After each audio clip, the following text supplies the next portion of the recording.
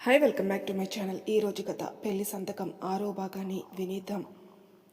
అది క్యాజువల్గా చెప్పాను బావా, అయినా 2 మంత్సే కదా అయింది అంది పెళ్ళై. నేను అదే చెప్తున్నాను, నీ కోరిక నేనెందుకు కాదనటం, సెలబ్రేట్ చేసుకుందాం అని తన ట్యాప్ తీయడానికి ప్రయత్నిస్తాడు. అంతే, చెంప చెల్లుమంటుంది. ఒక్కసారిగా స్పృహలోకి వస్తాడు అజయ్. సీత కొట్టనైతే కొట్టింది కానీ వణికిపోతుంది ఏం చేస్తాడని. అజయ్లో ఎక్కడలేని ఈగో బయటకు వచ్చేసింది. ఆవేశంగా సీత డ్రెస్ తీసి పక్కన పడేశాడు.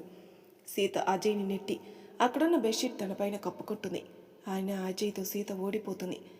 నీకు కావాలి నీకు కావాలి కదా సర్ప్రైజు, అందుకే గదిలోకి తీసుకొచ్చాను. నేనేమైనా బాగా తాగాననుకున్నావా? ఒక్క బీరికే పడిపోను అని తన చేతులతో సీతని బంధించి తన మెడవంపుల్లో పెదాలతో రాస్తూ తన పంటికి ఘాట్లు పెడతాడు. సీత గట్టిగా అరుస్తుంది. ఆయన వినిపించుకోకుండా సీతని తన సొంతం చేసుకోవాలనుకుంటాడు. ఎంతో అందంగా తన్మయత్వంతో చేయాల్సింది తన శరీరాన్ని పంటి ఘాట్లతో ఒళ్ళంతా నింపేస్తాడు. సీత నొప్పి ఉన్నా భరిస్తుంది. కాసేపయ్యాక అజయ్ సీత మెడవంపులు తలపెట్టుకుని, ఎందుకే వెళ్ళిపోయావు, నన్ను వదిలేసి నాలో ఉన్న రాక్షసుని బయటికి తీశావు అనుకుంటూ అలాగే పడుకుంటాడు. సీత బాధపడిన బావ బాధని అర్థం చేసుకుని అక్కని అసహించుకుంటుంది. ఇంత మనసున్న మహారాజు ప్రేమించే భర్తను వదులుకొని ఎవరితోటూ వెళ్ళిపోయింది అని. సీత అజయ్ని పక్కకు పడుకోబెట్టి తన డ్రెస్ తీసుకుని వేసుకుని గదిలో నుంచి బయటికి వెళ్ళిపోబోతుంది. అజయ్ నిద్రలో కలవరిస్తూ అలాగే పడుకొని ఉంటాడు. సీత చాలా కష్టంగా పడుకుంటుంది. శరీరం మీద అన్ని పంటికాట్లు నొప్పిని భరించలేకపోతుంది. ఉదయాన్నే ఎవరి పనుల్లో వాళ్ళు ఉంటారు. సీత ఎందుకు బయటికి రాకపోవడంతో మహా వెళ్ళి సీతను చూస్తుంది. అజయ్ కూడా ఎప్పట్లా తన ఆఫీస్కి రెడీ అయి వెళ్ళాలని చూస్తాడు. తనకేమీ పట్టినట్టు తినేసి వెళ్ళిపోతాడు ఆఫీస్కి. మహా కంగారుగా బయటకొచ్చి అజయ్ అని పిలుస్తుంది. అప్పటికే అజయ్ వెళ్ళిపోతాడు. ఏంటమ్మా అని వస్తుంది అనన్య. సీతని, నీ పక్కే కదా పడుకుంది, చాలా ఫీవర్తో ఉంది, నువ్వు చూడలేదా? చూడలేదమ్మా అని సీత దగ్గరికి వెళ్ళి చూస్తుంది. టెంపరేచర్ ఎక్కువగా ఉంటుంది. అనన్య ఆటో బుక్ చేసి వాళ్ళ అమ్మతో సీతని హాస్పిటల్కి పంపిస్తుంది. అనన్య ఆఫీస్కి వెళ్ళిపోతుంది. సీతకి భయంతో ఫీవర్ వస్తుంది. ఏంటి సీత, ఇంత సడన్గా ఎందుకు ఫీవర్ వచ్చింది, ఎందుకంత నీరసంగా ఉన్నావని అడుగుతుంది. అదేం లేదు అత్తయ్య, కొంచెం అమ్మ వాళ్ళు వచ్చి వెళ్ళాక లోన్లీగా అనిపించింది, ఫీవర్ వచ్చిందని సర్ది చెప్పేస్తుంది. డాక్టర్ చెక్ చేసి మెడిసిన్ రాసి పంపిస్తుంది. సీతకి మహా ఇడ్లీ తినిపించి టాబ్లెట్లు వేసి పడుకోమని చెప్తుంది. అనన్య వర్క్ చేసుకుంటుంటే సిరి వచ్చి జానకి ఎక్కడా అని అడుగుతుంది. మ్యామ్, తనకి ఫీవర్ వచ్చింది, అందుకే రాలేదు అంటుంది. చెప్పాలి కదా, అయినా ట్రైనింగ్లో లీవ్స్ ఉండవు, ఎలా ఉన్నా సరే రావాలి అంటుంది. వంశీ అప్పుడొచ్చి నాకు మెయిల్ పెట్టింది, నేను ఓకే అన్నాడు. సిరి వంశీని కోపంగా చూసి వెళ్ళిపోతుంది. ఇంత జరుగుతున్న అజయ్ మాత్రం ఏమీ పట్టించుకోడు. వర్క్ మీదనే దృష్టి పెడతాడు. కౌశిక్ అజయ్ దగ్గరకు వచ్చి, అదేంట్రా, సీతకి ఫీవర్ అంట, హాస్పిటల్కి తీసుకెళ్ళలేదా? నాకు ఎటువంటి సంబంధం లేదు, నాకు అవసరం లేదు కూడా. అరే, ఎంత కాదని కూడా తన నీ భార్యరా. అది మీరందరూ అనుకుంటున్నారు, కానీ నేను కాదు, నీతో వాదించలేను అని చెప్పి కౌశిక్ వెళ్ళిపోతాడు. లంచ్ టైంకి అనన్య ఒక్కతే కూర్చుని లంచ్ చేస్తుంది. వంశీ ఎప్పటిలాగాని అనన్యకి ఎదురుగా కూర్చుని లంచ్ చేస్తూ ఉంటాడు. శ్రీ కామెంట్ చేస్తుంది, ఈ వంశీ ఏంటి కొత్తగా వచ్చిన అమ్మాయిలతో పులిహోర కలుపుతున్నాడు, రోజు లంచ్ చేస్తున్నాడు, అమ్మాయికి లైన్ వేస్తున్నాడా అనుకుంటా అంది. అజయ్ తింటున్న వాడల్లా కోపంతో సిరిని చూస్తాడు. కొంచెం తడబడుతుంది సిరి. నీకెందుకు అంత కోపం అజయ్? వాళ్ళు రోజు ముగ్గురు లంచ్ చేస్తున్నారు, నువ్వెందుకు వంకర బుద్ధితో చూస్తున్నావు? ఎవరు అలా ట్రైనింగ్కి వచ్చిన అమ్మాయిలతో తినరు, వంశీ కావాలని లైన్ వేస్తున్నాడు, సైట్ కొడుతున్నాడు. ఇంకోసారి మాట్లాడావంటే చంప పాలు కొడతాను. నువ్వేంటి మా మధ్యలో కూర్చుని నువ్వు నాకు సైట్ కొట్టట్లేదా? అజయ్, నీది వేరు వాళ్ళది వేరు. ఇంకోసారి వాళ్ళ గురించి నా దగ్గర మాట్లాడితే మర్యాదగా ఉండదు అని చెప్పి లంచ్ తినకుండా అక్కడి నుంచి వెళ్ళిపోతాడు అజయ్. కౌశిక్ ఏమీ పట్టనట్టు లంచ్ చేస్తున్నాడు. సిరి కౌశిక్ని చూసి, నీకు కొంచెం కూడా బుర్రలేదా, బాధ అనిపించట్లేదా? అజయ్ నన్ను అలా తిడుతుంటే మధ్యలో ఎందుకు అడగవు? మీరు ఎక్కడన్నా సావండి, వాడికి పెళ్ళయిందని తెలిసి కూడా నువ్వు మధ్యలో వెళ్ళట్లేదా? అజయ్ ఇష్ట ప్రకారం పెళ్లి చేసుకోలేదు, అందుకే మధ్యలో పోతున్నాను. ఒకవేళ మనసు పడి చేసుకునుంటే ఇలా ఉండేవాడా? ఎంత బాగా లైఫ్ ఎంజాయ్ చేసేవాడు. వాడి పర్సనల్ నీకు అనవసరం సిరి అని కోపంగా వెళ్ళిపోయాడు కౌశిక్. వీళ్ళకి నేను అస్సలు అంటే ఎందుకు చిరాకు అని సిరి అక్కడి నుంచి వంశీ వాళ్ళు చూసుకుంటూ వెళ్ళిపోతుంది. వంశీ సిరిని చూసినా పట్టించుకోకుండా అనన్యతో క్యాజువల్గా మాట్లాడుతూ ఇద్దరూ లంచ్ ముగిస్తారు. ఆ రోజు తొందరగా వర్క్ చేసుకుని ఆనందంగా ఇంటికి వెళ్ళిపోతుంది అనన్య. సీత అని అరుచుకుంటూ గదిలోకి వెళ్తుంది అనన్య. ఎలా ఉంది అని అడుగుతుంది. కొంచెం ఇప్పుడు పర్వాలేదు అనింది. ఇంత సడన్గా ఎందుకు ఫీవర్ వచ్చింది నీకు అసలు? ఫీవర్ ఏమైనా చెప్పొస్తుందా? దానంతట అదే వచ్చింది. ఏంటి ఇవాళ నేను రాకున్నా నువ్వు ఒక్కదాని మీ ఆఫీస్కి వెళ్ళినా అంత హుషారుగా ఉన్నావు? హా అని ఆలోచిస్తూ, తెలీదు ఎందుకో హ్యాపీ అనిపిస్తుంది అని తెలియకుండానే అనేస్తుంది. ఓకే అంటుంది సీత కూడా. చాలా లేట్ నైట్ అయినా కానీ అజయ్ ఇంకా ఇంటికి రాలేదు. అనన్య, అన్నయ్యకి ఫోన్ చేయి, ఇంకా ఇంటికి రాలేదు అంది. సరే అమ్మా అని అనన్య అజయ్కి ఫోన్ చేస్తుంది. చాలాసేపటికి ఫోన్ లిఫ్ట్ చేసి, నాకు టైం పడుతుంది, మీరు పడుకోండి అని చెప్తాడు. అదే విషయం వాళ్ళ అమ్మకి చెప్తుంది అనన్య. అజయ్ తినడానికి అన్ని టేబుల్ మీద సర్దేసి తన గదిలోకి వెళ్తుంది మహా. చాలా లేటుగా వచ్చి తిని పడుకుంటాడు. ఉదయాన్నే ఎవరి పనుల్లో వాళ్ళు ఉంటే సీత కిచెన్లో వర్క్ చేసి స్నానం చేసి మడిచీర కట్టుకుని దేవుడికి దీపం వెలిగిస్తుంది. తులసి చెట్లకి నీళ్లు పోసి దండం పెట్టుకుని ఇంట్లోకి వస్తుంటే అజయ్ ఎదురు పడతాడు. అజయ్ సీతను కోపంగా చూస్తాడు. అజయ్ అలా చూస్తున్న తల వంచుకొని గదిలోకి వెళ్ళిపోతుంది. సీత కూడా రెడీ అయి అనన్యతో పాటు ఆఫీస్కి బయలుదేరుతుంది. నువ్వు ఇంకా రెస్ట్ తీసుకో సీత, ఈ ఒక్కరోజు అంటుంది మహా. బావ చేసిన గాయాలు ఇప్పుడే మానవులే అత్తయ్య అనుకుంటుంది మనసులో. లేదత్తయ్య, అసలు లీవ్ ఇవ్వరు కానీ తీసుకున్నాను, వెళ్ళాలి అంటుంది. ఇద్దరూ బయలుదేరుతుంటుంది. అనన్య చేతిలో స్కూటీ కీస్ పెడతాడు. థ్యాంక్స్ అన్నయ్య అని ఎగిరి గంతేస్తుంది. హ్యాపీగా డ్యాన్స్ వేస్తుంది. వాళ్ళ అన్నయ్యకి హగ్గిస్తుంది. మహా అనన్య చేతిలో ఉన్న కీస్ తీసుకుని, ఇప్పుడు అవసరం లేదు, గుడికెళ్ళి పూజ చేయించాక మీరు స్కూటీ వాడాలి, ప్రస్తుతానికి ఎప్పట్లానే వెళ్ళండి అంది. అదేంటమ్మా అని అరుస్తూ, మేము ఆఫీస్కి వెళ్ళొచ్చాక పూజ చేయించుకుంటాంలే అంది. అలా కుదరదు, పూజ చేయండి, ముట్టుకోకూడదు అంది. అజయ్ కోసం కౌశిక్ వస్తాడు. అదేంటి వీడు ఉదయాన్నే నా దగ్గరకు వచ్చాడని, ఏంట్రా ఇలా వచ్చావు అని అడుగుతాడు అజయ్. సరే బయటికి రా మాట్లాడదాం అని కౌశిక్ అజయ్ని తీసుకుని బయటికి వెళ్తాడు. చెప్పు ఇప్పుడు, ఏంటి సడన్గా వచ్చావు, ఆఫీస్కి రావా? వస్తాను కానీ నీకు ఒక విషయం చెప్పాలిరా. చెప్పు ఏంటి? నాకు 1 వీక్ బ్యాక్ మళ్ళీ కనపడిందిరా. వాట్ అని గట్టిగా అరుస్తాడు. అవునరా, ఆ రోజు నేను ఆఫీస్ పని మీద బ్యాంకుకి వెళ్ళి వస్తుంటే తన బ్యాంకు నుంచి వెళ్తుంది, ఏదో కారులో వెళ్ళిపోయింది. అజయ్ తనకు తెలియకుండానే కోపం నరనరాల్లో రక్తం మరుగుతుంది. తన చేయి పట్టు బిగిస్తుంది. అక్కడున్న బైక్కి తన చేయితో పంచిస్తాడు. బైక్ సొట్టపోతుంది. తన చేతికి గాయమై రక్తం కారినా తన కోపం తగ్గదు. ఏంట్రా ఈ పిచ్చి ఆవేశం? నువ్వు ఎప్పటి నుంచో మనుషుల్ని పెట్టి వెతికిస్తున్నావని నాకు తెలుసు. నాకు కనపడిందని చెప్పాను. ఎప్పటికైనా ఇది ఎదుర్కోవాల్సిందే. దానికోసమే చూస్తున్నాను రా. నా ఆవేశం అంతా దాచుకుని అది ఎప్పుడు నాకు ఎదురు పడుతుందో అని చూస్తున్నాను. ప్లీజ్ ఆవేశపడకు. వల్లి ఎవరితో వెళ్ళిందో తెలుసుకో. వాడి బ్యాక్గ్రౌండ్ ఏంటో తెలుసుకోవాలి. అప్పటి వరకు తొందరపడకు. కౌశిక్ అజయ్ని హాస్పిటల్కి తీసుకెళ్లి కట్టుకట్టిస్తాడు. అజయ్ 2 డేస్ ఆఫీస్కి లీవ్ పెట్టుకుంటాడు. ఇంటికి వెళ్ళకుండా కౌశిక్ ఫ్లాట్లోనే ఉంటాడు. కౌశిక్ ఆఫీస్కి వెళ్ళిన అజయ్ కౌశిక్ ఫ్లాట్లో ఉంటూ తాగి సోయి లేకుండా పడుకుని ఉంటాడు. మహాలక్ష్మి కంగారు పడతారు. ఎందుకు ఆఫీస్కి వెళ్ళాక ఇంటికి రాక ఎక్కడున్నట్టు అని. మహా కౌశిక్కి ఫోన్ చేస్తుంది, అజయ్ ఎక్కడున్నాడని. ఆంటీ, అజయ్ కొంచెం ఆఫీస్ వర్క్ మీద నా ఫ్లాట్లోనే ఉన్నాడు. అక్కడే ఇద్దరు కలిసి వర్క్ చేసుకుంటున్నాం. మీరు టెన్షన్ పడకండి, 1 డేలో వస్తాడంటాడు. సరే జాగ్రత్త, వాడు ఒకసారి కాల్ చేసి మాకు చెప్పొచ్చు కదా అని సీరియస్ అవుతుంది. ఆంటీ, వాడి పరిస్థితి తెలుసు కదా, వాడు మైండ్లో ఎన్నో ఆలోచనలు ఉన్నాయి. కొన్ని రోజులు ఓపిక పట్టని, మీ దగ్గర చాలా నార్మల్గా ఉంటున్నాడు. వాడి లోపల గుండె రగిలిపోతుంది.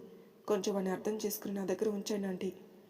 మహాలక్ష్మి బాధగా సరే అని చెప్పి ఫోన్ పెట్టేస్తుంది. అదే విషయం భర్తకి చెప్తుంది. వాడి మనసు ఎంత కష్టంగా ఉందా అని మనోహర్ కూడా బాధపడతాడు. సీత కూడా బాధగా అనిపిస్తుంది. ఈ ప్రేమలేంటో పెళ్ళేంటో, ప్రేమిస్తే ఇలాంటి కష్టాలేనా అనుకుంటుంది. ఎందుకో అజయ్ ఇంట్లో లేకపోయేసరికి సీతకైనా అనన్యకైనా ఏదోలాగా ఉంది. వాళ్ళు ఆఫీస్ నుంచి వెళ్ళి వచ్చాక సాయంత్రం దగ్గరలో ఉన్న టెంపుల్కి వెళ్తారు సీత అనన్య. దేవుడికి దండం పెట్టుకుని ప్రశాంతంగా గుళ్ళో కూర్చుని ఉంటారు. వాళ్ళు కొంచెం దూరంలో ఇద్దరు మాట్లాడుకునే మాటలు వీళ్ళు చెవులను పడతాయి. ఎవరా అని చెప్పి ఇద్దరు వెనక్కి తిరిగి చూస్తారు. ఇద్దరు అక్కడ వాళ్ళ బాస్ వంశీ ఒక అమ్మాయి కూర్చుని మాట్లాడుకుంటున్నారు.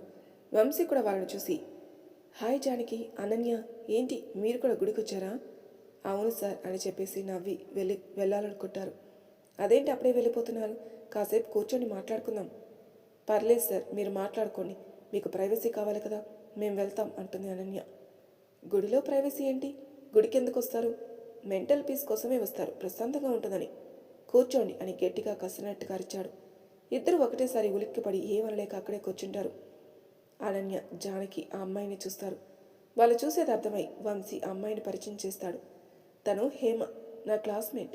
చాలా రోజుల తర్వాత కలుసుకున్నాం, అందుకే ఇద్దరం కలిసి టెంపుల్కి వచ్చాం. హేమ వాళ్ళిద్దరికి హాయ్ అని చెప్తుంది. వీళ్ళిద్దరు కూడా హాయ్ అని చెప్తారు. హేమ వీళ్ళిద్దరు మా ఆఫీస్లో వర్క్ చేస్తున్నారు. న్యూ జాయినింగ్ టైంలో ఉన్నారు. ఆల్ ది బెస్ట్ అని చెప్తుంది వాళ్ళకి హేమ. కాసేపు మాట్లాడుకుని మేము వెళ్తాం జానకి, అనన్య అని వెళ్ళిపోతారు. వెళ్తుంటే అనన్య డల్గా ఉంటుంది. సీత అది గమనించకుండా వంశీ గురించి హేమ గురించి ఏదేదో మాట్లాడుకుంటూ వస్తుంది. ఎంతకీ అనన్య మాట్లాడకపోయేసరికి సీతను చూస్తూ ఎందుకు డల్లుగా అయిపోయావు ఒక్కసారిగా అంది. అలా ఏం లేదు, ఏదో ప్రశాంతత కోసం టెంపుల్కి వెళ్తే ఉన్న ప్రశాంతత పోయింది. ప్రశాంతత పోవడం ఏంటి? అక్కడ వాళ్ళు తీసేసుకున్నారులే నా ప్రశాంతతని అని ఇంకా సీతతో ఎక్కువ వాదించలేక నోరు మూసుకుని ఇంటికి వెళ్దామని అనన్య సీతని లాక్కెళ్తుంది. ఏంటే ఇంతసేపు, చీకటి పడకముందే ఇంటికి రావాలని తెలవదా అని మహా ఇద్దరిని తిడుతుంది. ప్రశాంతత కోసం టెంపుల్కి వెళ్ళాం, అక్కడ ప్రశాంతత పోయింది. ఇంటికి వస్తే నువ్వు ప్రశాంతత లాగేసుకుంటున్నావు. ఎలాగమ్మా అంటూ అనన్య తన గదిలోకి వెళ్ళింది. ఏంటి సీత ఇదేదో ప్రశాంతత గురించి లెక్చరిస్తుంది? నాకు తెలియదు అత్తయ్య, వచ్చే ముందే అదే చెప్పింది. నాకు తెలిసే స్కూటీ తీసుకొని లేదు కదా, అందుకే చిరాకు పడుతుంది. అవునత్తయ్య, అదే కావచ్చు. మీరు రేపు గుడికి వెళ్ళి పూజ చేసి తీసుకురని, మేము స్కూటీతో ఆఫీస్కి వెళ్తాం. బామ్మ అక్కడికి వచ్చి, సీత నీ మొగుడు 2 రోజుల నుంచి ఇంటికి రావట్లేదు, నీకేమాత్రం బెంగలేదా? అమ్మమ్మ ఏదో బిజీ పని మీద వాళ్ళ ఫ్రెండ్ ఫ్లాట్లో ఉంటున్నాడు. పెళ్ళయ్యి 2 నెలలైంది, వాడిని ఫ్రెండ్ ఇంట్లో పడుకోబెడతావా?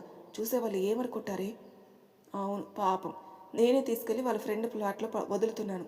అన్నీ నేను చెప్పినట్టుగానే వింటున్నాడా? వాడి బాధను అర్థం చేసుకుని ఎలాగైనా నువ్వు వానికి దగ్గర కావాలి ఒక భార్యగా. అమ్మమ్మ మీరేమైనా అనుకోండి, తను నన్ను చూడనప్పుడు నాకేం అనవసరం. ఏంటి ఎక్కువ మాట్లాడుతున్నావు? మగవాడికి ఎన్నో ఉంటాయి, వాడి బాధ ఏంటో, మనసులో బాధ ఏంటో తెలుసుకో. కొద్దిగా మనసులోని బాధని దించి నీ వైపుకి తిప్పుకో. ఏంటమ్మమ్మ తిప్పుకోమనంగానే ఎలా తిరుగుతాడు నా వైపు? సైకోలాగా అయి నన్ను కొడుతున్నాడు. అప్పుడే అక్కడికి వచ్చిన మహా సీత మాటలు విని, ఏంటి సీత, వాడు నిన్ను కొట్టడం ఏంటి? అజయ్ మనసు చాలా సున్నితం, ఆడవాళ్ళంటేనే చాలా రెస్పెక్ట్ ఇస్తాడు. వాడిలో ఇలాంటి అలవాటు లేదు. అసలు వాడు ఎప్పుడూ కూడా మమ్మల్ని కసురుకోలేదే.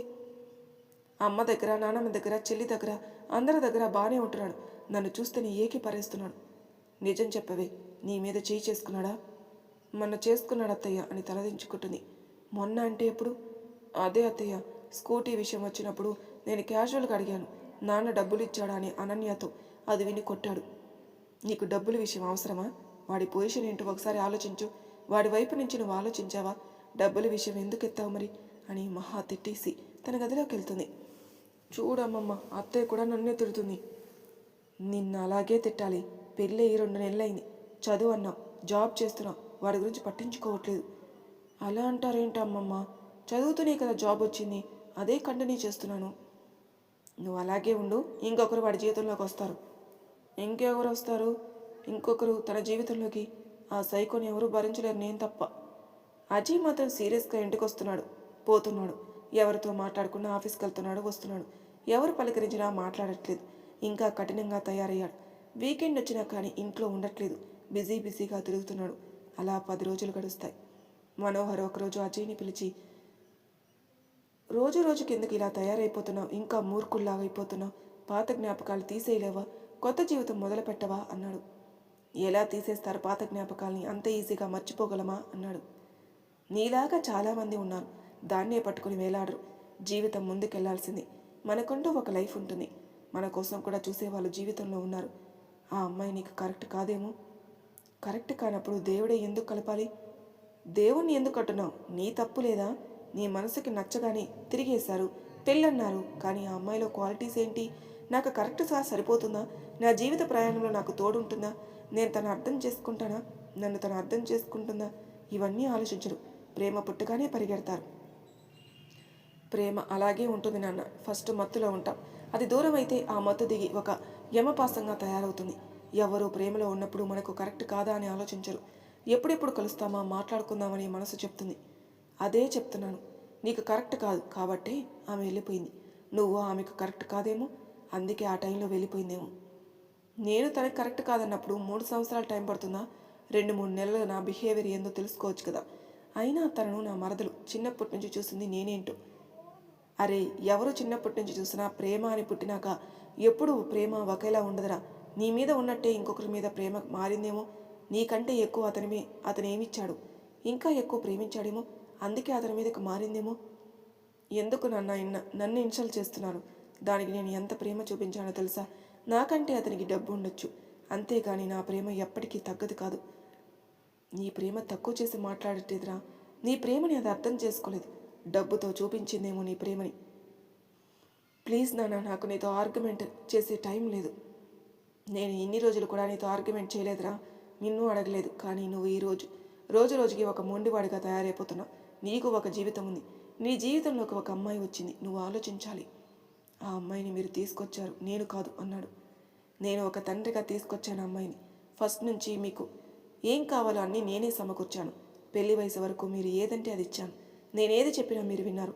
నువ్వు ఇష్టపడ్డాను నాన్న అని అంటే నీకు విలువ ఇచ్చి నువ్వు నచ్చిన అమ్మాయితోటి నేను పెళ్లి కొప్పుకున్నాను. కానీ ఆ అమ్మాయిని నువ్వు వద్దనుకుని వెళ్ళింది. అందుకే నేను సెకండ్ నిర్ణయంగా ఒక తండ్రిగా నేను చెప్పిన అమ్మాయిని పెళ్లి చేసుకున్నావు. ఆ అమ్మాయి అయితే నీకు బాగుంటుందని. కానీ నేను ఇష్టపడ్డ అమ్మాయి నన్ను వదిలేసిపోవడానికి కారణం తెలియాలి. తెలిసినాకే నా జీవితం ఏంటనేది నిర్ణయించుకుంటాను. అంత ఈజీగా వదిలిపెట్టను. నన్ను కాదని వెళ్ళిపోయినంత మాత్రాన ఊరికే వదిలేస్తానా? కారణం తెలియాలి కదా. ఇప్పుడేం చేస్తావు? ఆ అమ్మాయి కోసం వెతుకుతున్నావా? వెతికిస్తున్నాను. అది నాకు దొరకాలి. నా కారణం చెప్పాలి. ఒకవేళ దొరికి తను ఏదో కొన్ని కారణాలు పోయిందని చెప్తే మళ్ళీ దాన్ని ఇంటికి తీసుకొస్తావా? నానా అని అరిచేసి కోపంగా చూసేసి ఏం మాట్లాడకుండా అక్కడి నుంచి వెళ్ళిపోతాడు. అజయ్ అలా అరిచేసరికి మహా అక్కడికి వస్తుంది. ఏంటండి వాడితో అంత వాదులాడుతున్నారు? కొన్ని రోజులు వాడిని ఇబ్బంది పెట్టద్దు అన్నారు కదా, ఇప్పుడు ఎందుకు? మహా, నీకు అర్థం కావట్లేదు. వాడు ఇంకా అమ్మాయిని మనసులో పెట్టుకుని బాధపడుతున్నాడు. ఇంకా మూర్ఖంగా తయారవుతున్నాడు. సీత వాడి జీవితంలోకి వచ్చింది. తన గురించి ఏమీ ఆలోచించట్లేదు. ఆలోచిస్తాడులేండి, కొంచెం టైం ఇవ్వండి. ఎప్పుడు ఆలోచిస్తాడు? మన వయసులో ఉన్నప్పుడు ఎవరిని చూపిస్తే వాళ్ళని పెళ్లి చేసుకున్నాం. మీ మీద నాకు ప్రేమ పుట్టలేదా? మనం అన్యోన్యంగా లేమా? మన ఇద్దరి బాండింగ్ మంచిగా లేదా? మన ప్రేమకు గుర్తుగా మన ఇద్దరి పిల్లలు. మనకు ఆస్తులు లేకపోవచ్చు, కానీ ఉన్న దాంట్లో ఎంత హ్యాపీగా ఉన్నాం. మన ఇద్దరు పిల్లలు ఎలా ప్రేమగా పెంచాం. కానీ అది మన ఇద్దరి అండర్స్టాండింగ్ కదండి. వాడు కూడా అలాగా అవుతాడు. సీతతో మనం ఎంత హ్యాపీగా ఉన్నామో వాడు కూడా అంతే హ్యాపీగా ఉంటాడు. డబ్బు ముఖ్యం కాదు, ప్రేమలే ముఖ్యం. వాడు అసలు జీవితమే మొదలు పెట్టలేదు. సీతతో మొదలు పెట్టాక వాడు ఎంత సంతోషంగా ఉంటాడో చూడండి. ఏంటో వాడిని రోజు రోజు చూస్తుంటే బాధగా ఉంది. ఎంత చలాకీగా యాక్టివ్గా ఉండే అబ్బాయి అలా అయ్యేసరికి వాడిని చూసి ఎంతమంది మా ఆఫీస్లో వాళ్ళు అమ్మాయిల్ని ఇస్తామని నన్ను అడిగేశారు. ఎప్పుడు వాడి వరకు నేను తీసుకురాలేదు. ఎందుకంటే వాడికి నచ్చిన అమ్మాయిని చేయాలని. అలా వాళ్ళ రోజులు గడుస్తున్నాయి. ఒకరోజు అనుకోకుండా వాళ్ళ ఇంట్లోకి ఇద్దరు వస్తారు. మహా అంతే షాక్ అయి నిలబడిపోతుంది. మరి తర్వాయి భాగంలో ఏం జరగబోతుందో నెక్స్ట్ ఎపిసోడ్లో తెలుసుకుందాం. అంతవరకు నా ఛానల్ని సబ్స్క్రైబ్ చేయని వాళ్ళు ప్లీజ్ సబ్స్క్రైబ్ చేసుకొని లైక్ చేసి షేర్ చేయండి. మీ అభిప్రాయాలు నాకు కామెంట్ రూపంలో తెలియజేయండి. Thank you for listening.